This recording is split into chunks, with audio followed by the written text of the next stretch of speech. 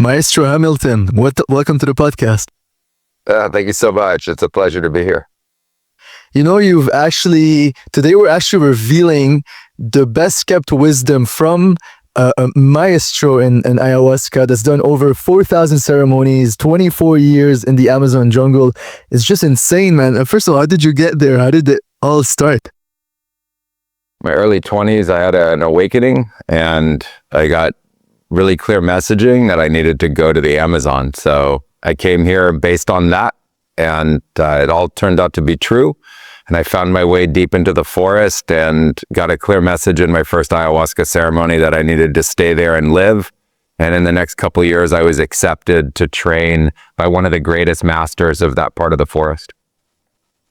Wow. So you got a vision and you just went to the Amazon. Yeah, I mean, I didn't know what to make of it. But what do you do in your early 20s if you get a vision? But that point, you got to go test it. You got to go at least try and see if it's true, if something could, come from it, but it was really clear and I was interested. It seemed like there was something fascinating going on. This is like 2001, 2002, so there wasn't a lot of information in the world about this. There was just a few pioneers that had also been trying to, explore more and get accepted into these traditions. And so it was a big adventure for me at that time in my life. And it was really exciting. And luckily for me, it turned out to be true. And so I got to be trained and, participate in all those ceremonies. That's another level of surrender, right? I want to cover the point of what's the best metaphor to guide someone. If you had to explain in one metaphor what the first time an ayahuasca trip feels like, what's the closest metaphor to you? Well, I think ayahuasca first opens you up to that something much greater is going on. And so first you watch reality, what you thought of as reality around you dissolve to something else that becomes really clear that you had been hypnotized or hadn't been able to see with such depth and clarity. In my case, it was when what I called reality started to vibrate and move in complex geometric colors and patterns, and it started to dissolve into a new kind of vision or perception. And then it just takes you really deep into that. And I think that's really like the closest that I can describe it to something.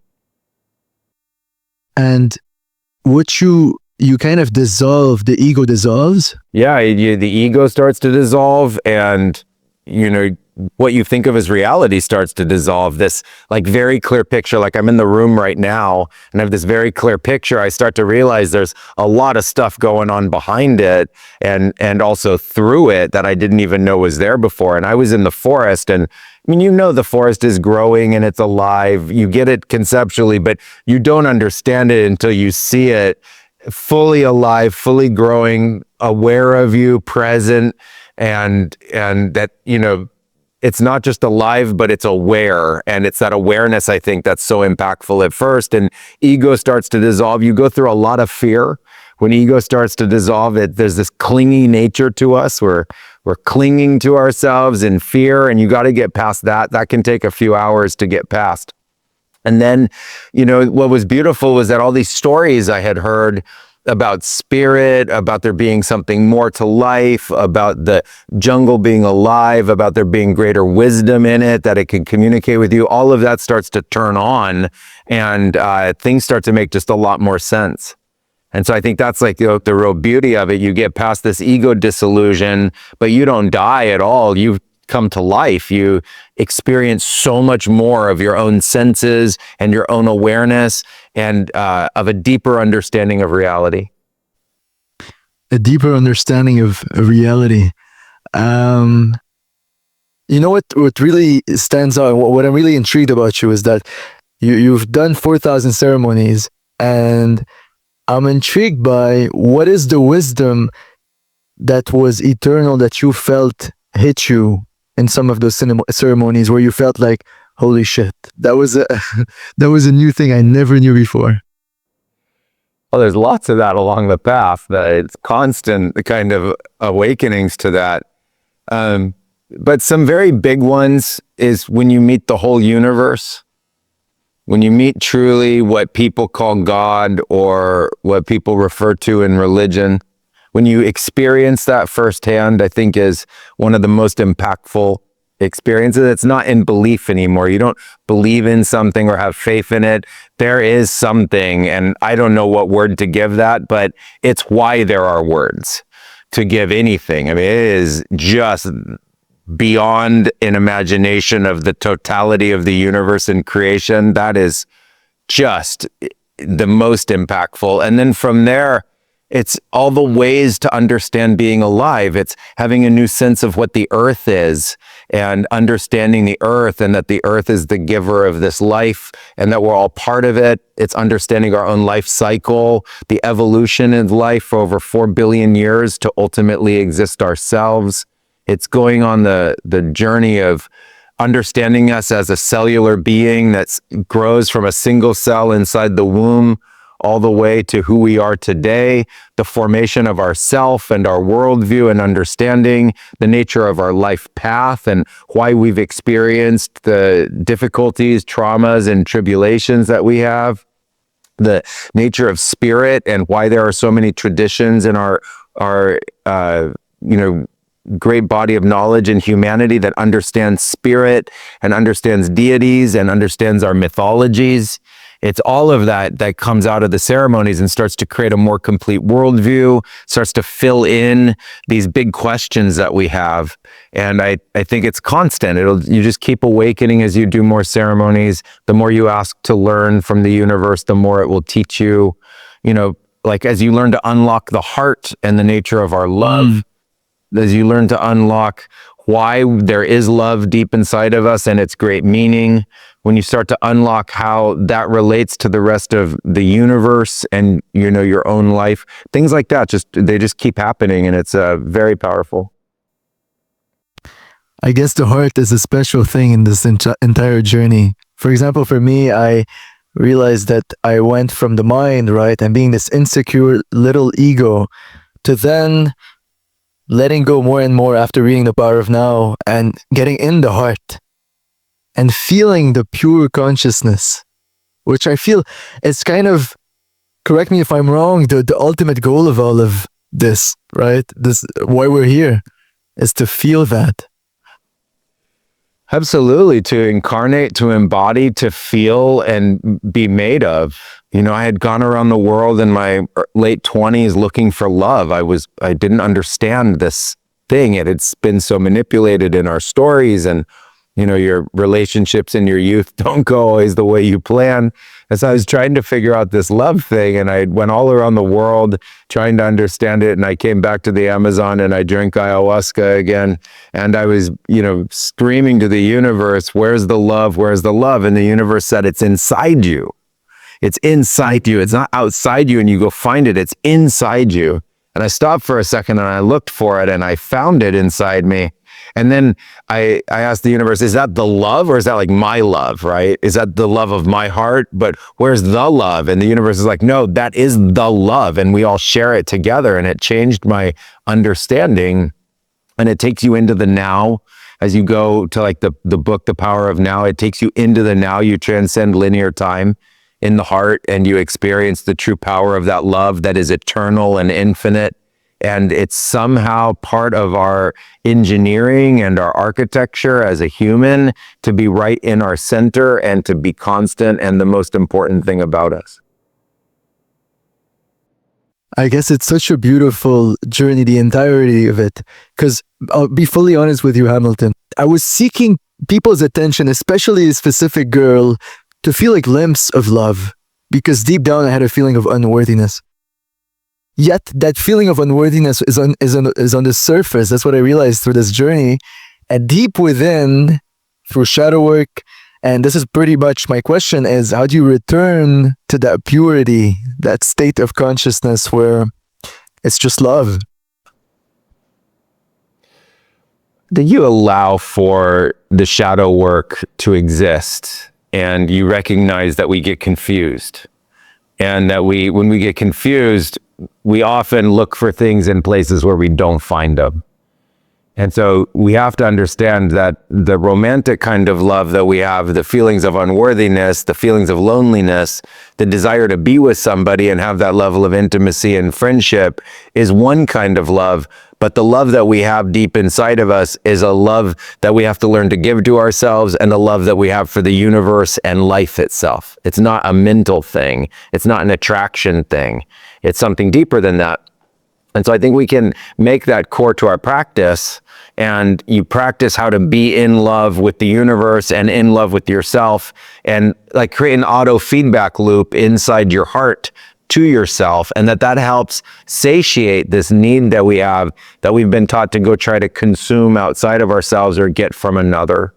And I found that to be the best way to maintain that purity of love within, is just love the universe, and the universe will love you back the same. Love the universe, and the universe will love you back. It brings to mind the teaching in the Bible. I've been reading it recently. I was very skeptic, but I said, you know what, let me give it a shot. And I read the kingdom of heaven is within. And the quote that really teared me up, Hamilton, is, "Blessed are the pure in heart, for they shall know God." And I guess when you have such a spiritually awakening experience as an ayahuasca trip or a meditation, in my case, you realize the essence of that statement, the truth. How much can you relate to that? I think it's accurate. I think that the understanding of the kingdom of heaven is not some place, but a state within you. It's not a location, it's a state within you, and you find it within your heart. And in your mind, you deal with all this conflict and duality and light and dark and good and evil in your life. And inside your heart, there's a true purity that is untouched by these other life experiences. And you know God through the heart in the form of that love. And everybody I know who has that awakening within them says God is love. And it's because they're knowing God from the heart. And that's where that love unites between an individual and the universe. And so I think that that's very real. And then you enter into the state of heaven, and you realize that all of that fighting and conflict is in the mind, and that the heart truly is pure, and it transcends all the different ways that we know conflict, which I think of as hell. And so you enter into heaven by transcending that conflict, finding peace within, and knowing that love. What's also fascinating about this is that the heart is the seat of the soul. I had a podcast with a guest called Gary Zukav, and he has a book called that. And what I'm really interested in is during an ayahuasca trip, after you sip the drink,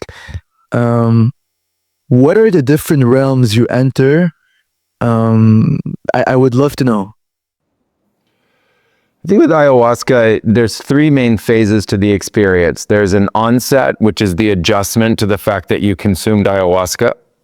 And during that period of time, you experience a lot of mental turbulence and shifts in consciousness, and you can go into ego and fear and really quick thinking and mental processing, and experience emotions as well as the body cleanses. The second phase we call in the medicine. And in the medicine, you can journey to an unlimited number of different realms. Most common are sacred geometry, colors, and patterns in a multidimensional space, interacting with different kinds of medicine beings or energies that are found within there, animal spirits, angelic spirits, different kinds of light beings and entities that are now becoming common and mapped. There are realms that you can go into that represent higher dimensional states or higher frequencies, which look like heaven, peace, light, deep divine knowledge, wisdom, and awareness. There's kinds of realms where you travel to them, where you feel like you transcend the physical space you're in and you actually go somewhere. Some of those can look like other star systems or galaxies. Some of them can also represent different physical places that are non-Earth based. So I think those are all pretty common, and it's just how you center yourself and how you connect your consciousness with what else is out there that kind of helps navigate where you go. So now, would it be fair to say that you're uh, are you living in two worlds? Because I feel like you're in this physical world and you're also very much in tune with the spirit world. So how is that, like, how do you live in both worlds, or am I just bluntly wrong? When I was in my, I was saying and I was in my training, I had a near-death experience, and I was sick with falciparum malaria at that time, and I had really high fevers, and I had had enough malaria in me that I no longer had enough red blood cells to carry the oxygen, and so I was slowly dying from a lack of oxygen and the high fever, and I went out of body, and in that experience, I saw that the physical world, the one that we relate to as reality, was really backed by spirit world. And that spirit world was in our awareness right behind this world. And I realized in that experience that everything was spirit world. And so when I survived it, I redefined in my mind that there were two worlds to one world. And the one world was spirit world. And I could, of spirit world or energy world, understand physical matter and physical spaces and architecture and buildings. And that didn't separate me from spirit world. There only was in my philosophy at that point, spirit world. And I still feel that way. And so I live in spirit world, recognizing physical matter as part of it. And I understand that I don't see them with my eyes. I'm not looking at spirits with my eyes. You look at them with your heart. You look at them in your knowledge from, being in the ceremonial experiences and knowing that right on the other side of this illusion of separation is the great field of our consciousness and the great field of our spirit. You enter into it through the now. You enter it from the heart. You can, in meditation, to oneness or wholeness. A fourth dimensional state is another way to say it. So you can tap into that awareness and start to understand that spirit, meaning energy, and the flow of energy is part of reality all the time. And I just made it one world to make more sense of it. I'm actually going to take that to heart because I know it's a spiritual world, right? And that we're spiritual beings in a human body. Yet sometimes you get so carried away with life that you start being anxious and living out of your little mind and just living a life where you feel like you're just this form, right?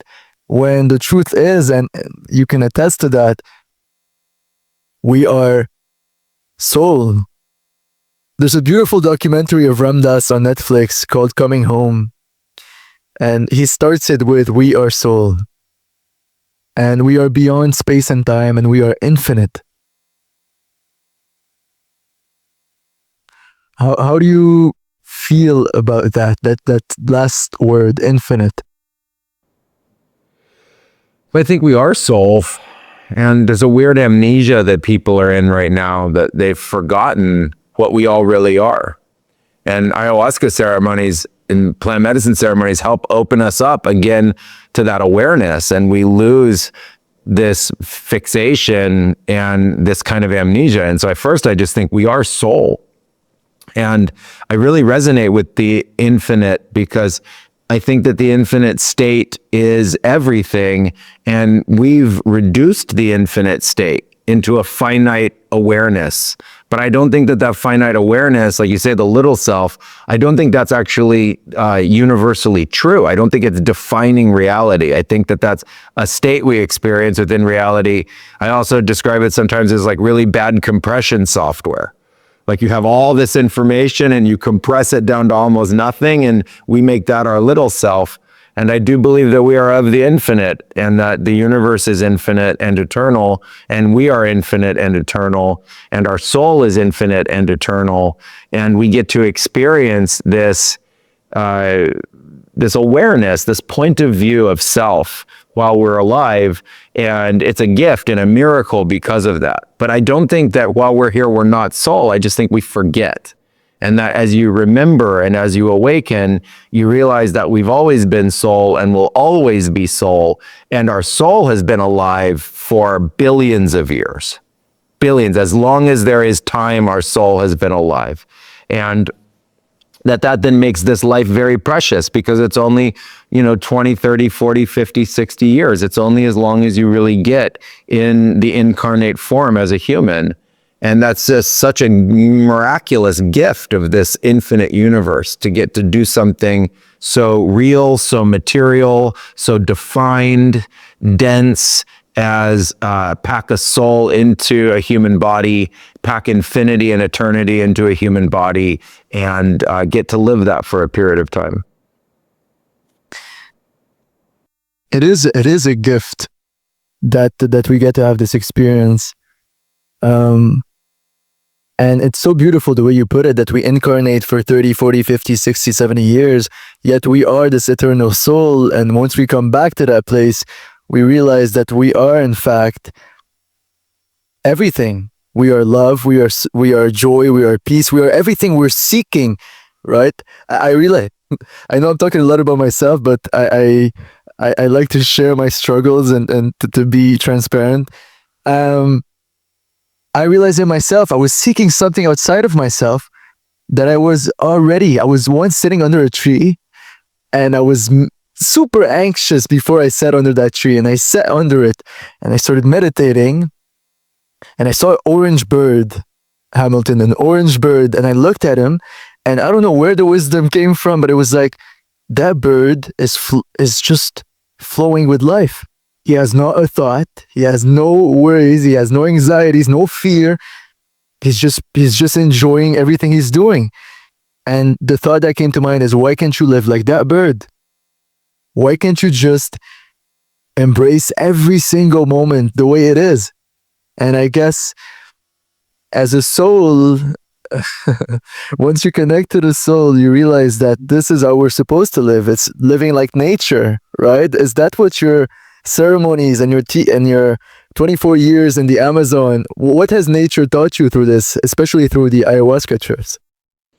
I think that's true. There is a flow state that we are always part of. And as part of that is to understand, to flow with and love the anxiety, and to feel all the feelings. Before ayahuasca ceremonies, there's always anxiety for everybody, including me. Even having done thousands of ceremonies, you feel it. You feel this recognition of the power of life and the unknown, and it's okay to have these feelings. It's okay to have thoughts and to be confused by our thoughts, and it's okay to have feelings and to feel anxieties. It's okay to feel the negative feelings and to accept that aspect of our shadow, when we all go through that. And then what nature teaches us is that there are fundamental aspects of nature that are deeper than those feelings. Right? There's something core to life that we're part of, and it's a flow state.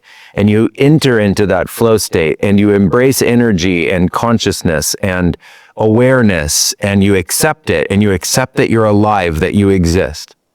And it taught me to understand that we don't need to judge and criticize ourselves for our shortcomings, and we all have them. We need to instead embrace the totality of what we are and just love ourselves and feel good about the progress that we're making in our lives, and understand that for right now, the way we're living is how we need to live, and we can change it little by little as we grow. And that nature is what we are. We're not separate or cut off from nature. We are nature. We need to embrace our nature. So we all have a slightly different nature, but it's all part of the nature of Earth. And the way Earth grows life is us. And we've built cities and we've built ideas that feel like we are in control of nature. But if you look at those places, there's just very little natural life there that you can see anymore. Like in the cities, you don't see so many plants just living. It's all gardens that were planted. And so we've created this illusion of separation, but it's not true. It's just an illusion. The truth is that we are nature, and that we're part of nature, and that the nature of Earth flows through us, and the nature of the galaxy and the universe flows through us all the time. And we need to embrace that and accept that and feel it and love it and be empowered by it. And with that, we can continue to explore our lives and be like that orange bird that you saw. How has those We can embrace life. We are nature. That's so, first of all, I need to restate that's beautiful and that's truth. Like, for example, like if you look all around you, nature flows so, it's so perfect, right? It's even too perfect for the human mind to comprehend. And we humans don't realize that it's the biggest teacher. We should humble ourselves and learn from it, like Christ did, like many of the big teachers did. I do have a point of intrigue, sorry, with you. It's, you talk a lot about the shadow self, and I think that's one of the many reasons why people come to an ayahuasca trip is to heal. What have you learned from the shadow, and how have you healed it in your life? How has your relationship evolved with it? First, I think the shadow is just a way of looking at the unresolved aspects of ourself, just the parts that haven't been resolved within ourself yet. And if we think from a psychological perspective, like our conscious mind, subconscious, unconscious mind, you find in your subconscious that the shadow is what drives certain behaviors and feelings. They can be like, pain and anger and upset emotions and jealousies and envies and things of kind of lower vibrational states. And then the shadow can also take us into the darker aspects of our own psyche and the mythologies that represent good and evil and the beings that sit behind all of that. And so the shadow is, first, my point is, it's dynamic within us. And when we first come to ayahuasca, you purge a lot of the shadow. You just purge a lot of the lower vibrational states. It's an amazing thing. I've seen people with deep depression go to the bathroom and come back with a brand new mind. I've seen people grab a bucket and throw up childhood abuse, and it just comes right out of their mouth, and it's done. At the moment after they throw up, they say like, well, I'm healed. That's over. These experiences that are unresolved within us. And then I think as we get a little bit more sophisticated in understanding, we realize that the influences in our lives are really subtle, and they push on us and they drive us to certain kinds of behaviors, food choices, coping mechanisms, and all of that's also part of the shadow. Like the kind of people you're attracted to, the desires that you have that aren't really aligned with unconditional love and humanity, these like darker aspects of our psyche. And you have to face those inside ayahuasca, and you have to make choices about it. So over the years, I showed up in my early 20s. So I dealt with all the youthful stuff, all the anger and depression and hurt feelings and victimization that you experience in your youth, the broken heart, the misunderstandings, the feeling like, life is manipulated and that there are these great tragedies that we have to live through. I, processed all of that. And then deeper into that is these like really subtle choices about how you understand your spirit and your soul. And if you really choose your love, and if you really choose listening to the deepest wisdom within you, and if you can really choose God's teachings and wisdom as a way of life, all of that is a choice of between the light and the dark and the shadow within people. And so it's a process of uncovering it and releasing it and purging it in ceremony, and also making really deep choices about your alliance in this world and what you're allied with and what kind of spirit you're really connected with. And in our practice, that was very important. Wow, that's fascinating that there's women that purge away unresolved trauma. I think it's fascinating that this is possible, that plant medicine has that faculty to actually help you heal, right? Because there's this negative stigma that plant medicine is just for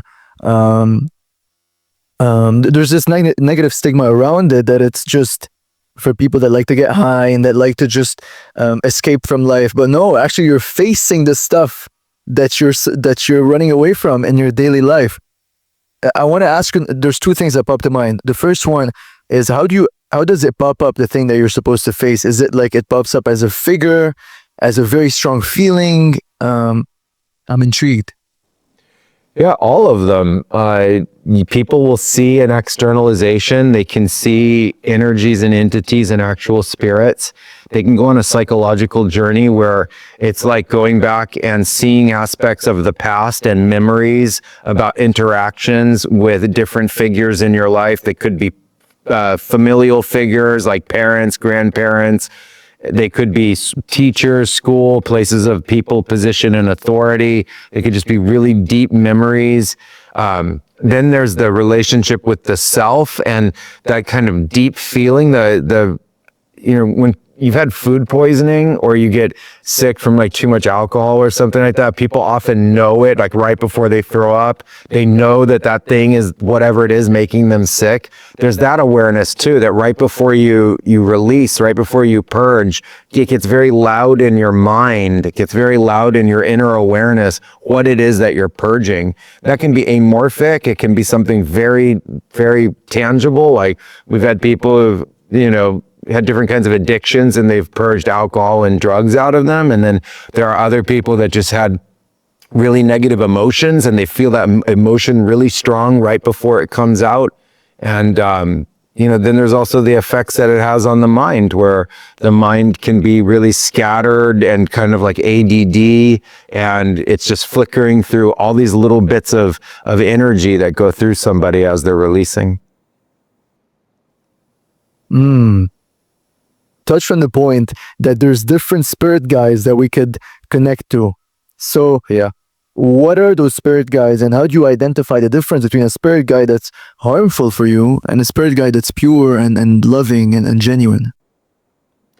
That's a great question. The general understanding is that things that are alive have spirit. And I just think that that's like your energy, your vibe, your way. So I don't think it's so like weird or strange to think about. I think you have a room of 10 people, all 10 people are unique and different. The indigenous people down here say, yeah, it's their spirit that's different. And the different guides can come from animals and they can come from plants. They can come from aspects of like the topography of Earth, like different mountains or rivers or oceans. And then you can have guides that come from beyond the Earth, like being guided by stars or galaxies or beings that are seen in the visions that seem to take on a more mythological quality to them. And you see them, and the way that you know once you're in vision is like the vibe of them is really clear and really strong. So when we're in our normal state and we're meeting somebody, you don't always know if they're a good person or a bad person. You don't always know how to relate to them. But in energy and in the visions, it's really clear. It's really obvious, whether something is there to be beneficial to you or not. And so you only, receive the support and help from the energies that are really beneficial, and you can feel them in their vibration. So the vibration becomes evident, like you can see it as if it's in front of you. Exactly. You can feel it.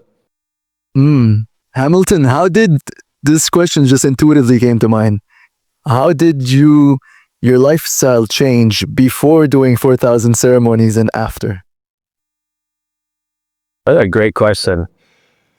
I started in my early 20s, and so my lifestyle was that of a American male in his early 20s. I liked to play sports, and I liked to go out, and I liked to party and travel and dance and, all those kinds of things that you like to do in your early 20s. I like to go to concerts and festivals and go out to restaurants and enjoy myself. And over the years, I think that what really changed more than anything was that I became more and more peaceful.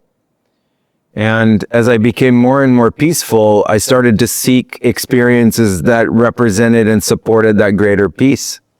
And so while I still enjoy all of those things, I still really enjoy great food and great friends. I also enjoy quiet time, and I enjoy experiences in nature that are really quite peaceful.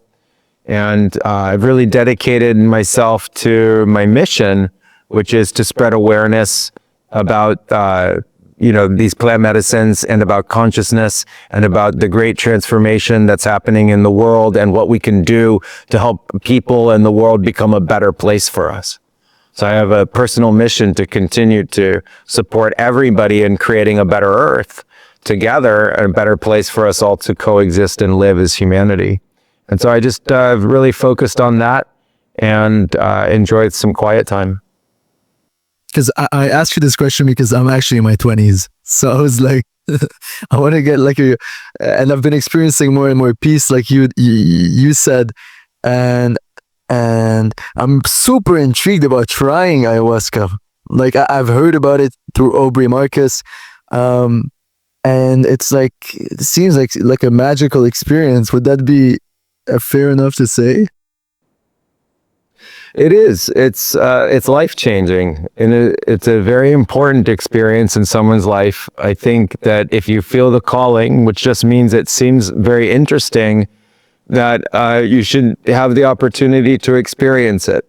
You need to find a shaman who's very capable of leading and guiding the experience. I do not think it's safe to have the experience without the presence of someone who's very knowledgeable in guiding the experience. Down here, people get trained anywhere from 5 to 15 years to be able to guide the experience. So there's real training, just like going to school in the West. So you want to have a really good guide who practices very clean medicine.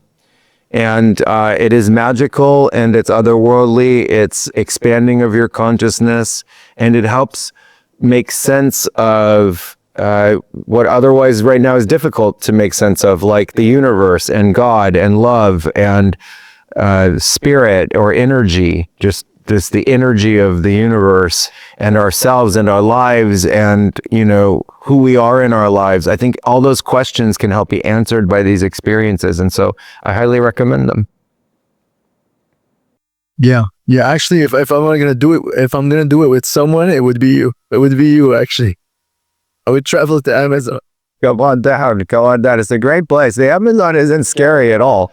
The Amazon is a glorious place. It's beautiful and it's filled with life, and the people are incredible. They really are. They're not a violent people. They're very calm type people, and the cities are vibrant, and it's an incredible life down here. So coming to the Amazon is a true life experience, gift, bucket list kind of thing. It has to be like a bucket list type of thing, like the nature, even the nature in of itself, without the extra cherry on top of the ayahuasca trips and the people and all the beauty of there. Just intrigues me to come and have it as a life experience, as an adventure. Hamilton, I think one thing that I also wanted to talk about was when you're guiding someone through a ayahuasca trip, right? What advice or guidance do you give him to have a trip that brings healing? It's cut off again. Did it cut off when I was talking? I think it cut off. Yeah. He said he remembered it, and he said, okay. I guess this is a test of our patience. It's testing our will. So I was saying, when there's someone that's going through an ayahuasca trip and you're their guide, right? Their shaman. What advice do you give them so they can go through the spirit world to get their healing or to get their clarity? Yeah, the advice is to first try to relax as much as possible. It's not always easy, but the idea is to relax through the experience and to center in your heart and to follow the rhythms of the chants and the ikras and the songs that are used as part of the ceremony that help guide the energies and frequencies of the ceremony. So you just start with some breathing exercises, very long, slow, deep breaths, calming the body, learning how to calm down, and then to receive. You never want to wait in a ceremony. You just start receiving. You start receiving from the nature around you, from the ayahuasca that you drink. You start receiving the experience so that your receptivity and your receptive channels are on. And then to always be centered in your heart. to relax and breathe and be centered and allow the experience to start. And then as it starts to get stronger, to encourage the experience, to stay in a positive frame of mind and to really embrace the experience itself and to continue to be grateful for it, are all very strong, powerful states of energy for the ceremony. So I help somebody stay in that state while they go through the ceremony. And, naturally they'll go through the purging process or the cleansing, the movement to higher vibrational states, the learning and the great realizations and the great connection that they have through the experience. So it's pretty much relaxing, centering yourself in the heart and being open to receive. This is pretty much the same process as meditation, but you add to it the plant. So it's on steroids. Like, exactly. Hamilton, there's something that really also is very interesting to me. I find that is there one ayahuasca experience that really sticks out for you as special? I know you've had 4,000, but is there one that just you will never forget? Yeah, the ayahuasca ceremony, I think that's the most impactful one, was my first one. The one I'll never forget is my very first ceremony. My first ceremony taught me that there was something much greater going on in the world, and it transcended spiritual beliefs, and it was healing and cleansing, and it gave me the guidance and direction to know my life path. And in it, I saw glorious beings. I saw 30-foot wingspan hummingbirds in the field of energy of the trees. I saw jaguars walking around that were multicolored and had rainbows coming out of their bodies. I spoke with light beings. I healed childhood trauma and depression from my youth. And I was liberated in my spirit to continue my spiritual path and my journey. And I was told where I would find my teachers, which was in that part of the forest, and that I would stay there and train. And all of those visions came true from that first ayahuasca ceremony. And so that first one will always be the most impactful because my life had less color, less awareness, richness, and vibrancy before, and I felt lost and I was trying to find a path. And afterwards, I had a path for my life, and it was a path that ultimately helped change not only my own life, but the life of millions of other people. And so I feel that first ceremony was the most important, and there have been many, many others of great importance, but that was the one when I went from no awareness of ayahuasca to my first experience of it, and that was earth-shattering for me. Yeah, you just inspired me 10 times more to have my first ayahuasca. My first ayahuasca trip. I've had a guest on the podcast that had an NDE, and he talked about hearing all these beautiful songs and seeing all these beautiful beings, and then meeting with God, and it felt like this is what he heard. So how much does that, have you ever experienced something like this? Can you test the validity of it? Yeah. I think everyone's experience is slightly different. And when I was in these transcendent states, I have heard beings singing. I've heard the most glorious music.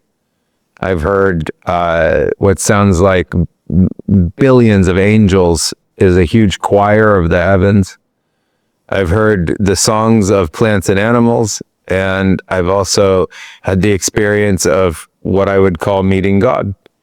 And in certain experiences, it has been the most settling, calming, assuring kind of encounters. And there were other experiences when I realized I was very close to death and that it wasn't time to die and that I just needed to be sent back to my body and keep living. And so I think that while many people will talk of different descriptions of the experiences, there's a lot of commonality. And what I take away from it is that it helps me turn off fear about these transcendental experiences that we get to have, including death. And that there's something much greater going on in our lives behind that, and to embrace that. Space to promote, or not promote, to share anything you're excited about. Well, thank you so much. Super excited about everything that we're doing with Blue Morpho. And we have retreats. We do them here in Peru, where if the retreats that are in the Amazon, both with ayahuasca and San Pedro, and also up in the mountains, were also incredibly beautiful. Both of them are places that it's highly recommended to come and see at least once in life. So I welcome you to come on one of our retreats and have these kinds of experiences that I've been describing. And you can find our schedule at bluemorphotours.com. And then I also have an academy. And if you're interested in learning about the plant medicine arts, or having an at-home practice, or learning the kind of spiritual practices and connections that I've talked about today, you can also come and be part of our academy. We have a mystery school where we meet every week, and we have a vibrant community. So you get to meet people just like you who have a vibrant spiritual practice and are learning and growing in their lives. And there's weekly lecture and bi-monthly ceremonies. And so I welcome you to come and be part of our mystery school. And we also have online courses to teach you how to have your own plant medicine practices. So you can see that at bluemorphoacademy.com. And thank you so much. And it's a pleasure and an honor to get to hold this space for you. Thank you, Hamilton. And I guess if you've gone and invested this time to watch this entire video, this entire episode, you've learned pretty much a lot of the best kept wisdom of ayahuasca, right? That we're eternal souls, that we're in an infinite universe, that there's actually one spirit world, and that it's not two worlds like like I said, but Hamilton said it more accurately. It's a spirit world, and how we are nature, and nature is our teacher. And yeah, I'm so grateful for your time, Hamilton. Such a pleasure. And I hope to one day, hopefully, come and do an ayahuasca trip with you.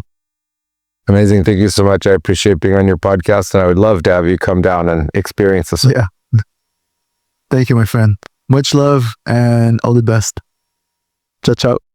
Bye-bye.